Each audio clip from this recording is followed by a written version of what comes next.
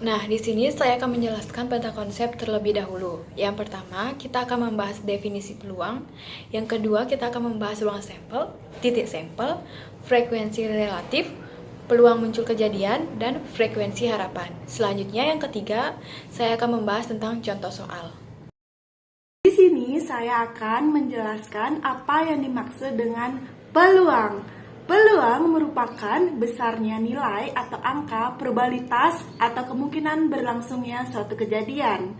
Konsep peluang ini tidak hanya diterapkan pada hal-hal yang bersifat sederhana seperti permainan dadu, melainkan pada hal yang lebih kompleks seperti investasi, ramalan cuaca, asuransi, dan lainnya. Dalam peluang nantinya, kamu akan menemui ruang sampel dan titik sampel. Selanjutnya saya akan menjelaskan ruang sampel. Ruang sampel adalah himpunan dari semua hasil percobaan yang mungkin terjadi. Pada umumnya, ruang sampel dilambangkan dengan huruf S. Misalkan, A suatu kejadian yang merupakan himpunan bagian dari ruang sampel S. Artinya setiap anggota A juga merupakan anggota dari S atau A subset S. Selanjutnya yaitu titik sampel. Titik sampel adalah hasil yang mungkin terjadi dari suatu percobaan. Titik sampel merupakan anggota-anggota dari ruang sampel. Banyaknya titik sampel pada suatu ruang sampel dapat dilambangkan dengan NS. Contoh dari ruang sampel yaitu pada pelemparan sebuah dadu diperoleh titik sampel 1, 2, 3, 4, 5, dan 6 sehingga NS sama dengan 6. Selanjutnya ada frekuensi relatif suatu kejadian. Frekuensi merupakan perbandingan antara banyaknya percobaan yang dilakukan dengan banyaknya kejadian yang diamati. Frekuensi bisa diketahui dengan menggunakan rumus, yaitu frekuensi relatif sama dengan banyaknya kejadian per banyaknya percobaan. Baik, selanjutnya saya akan menjelaskan tentang peluang munculnya kejadian. Peluang munculnya kejadian bisa dilambangkan dengan PK sama dengan NK per NS atau NK dibagi NS. NK sendiri artinya banyaknya anggota dalam kejadian K, sedangkan NS artinya banyaknya anggota dalam himpunan ruang sampel. Selain itu, peluang munculnya kejadian bisa dinotasikan dengan jika PK kurang dari sama dengan 0, maka dia mustahil akan terjadi. Dan jika PK itu sendiri kurang dari sama dengan 1, maka PK tersebut pasti akan terjadi. Selanjutnya ada frekuensi harapan. Frekuensi harapan dari kejadian A merupakan banyaknya kejadian A yang diharapkan terjadi dalam beberapa kali percobaan. Frekuensi harapan kejadian A didefinisikan sebagai berikut. Rumusnya yaitu FA sama dengan PA dikali N.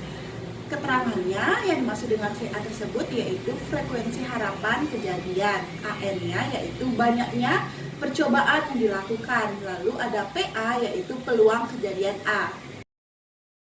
Selanjutnya ada contoh soal dari materi peluang. Contoh soal yang pertama, Jeno memiliki 2 buah koin Rp1.000, lalu ia melemparkan kedua koin tersebut secara bersamaan. Berapakah peluang munculnya gambar pada kedua koin tersebut? Di sini kita bisa menggunakan tabel maupun diagram pohon, tapi saya akan mencontohkan menggunakan diagram pohon.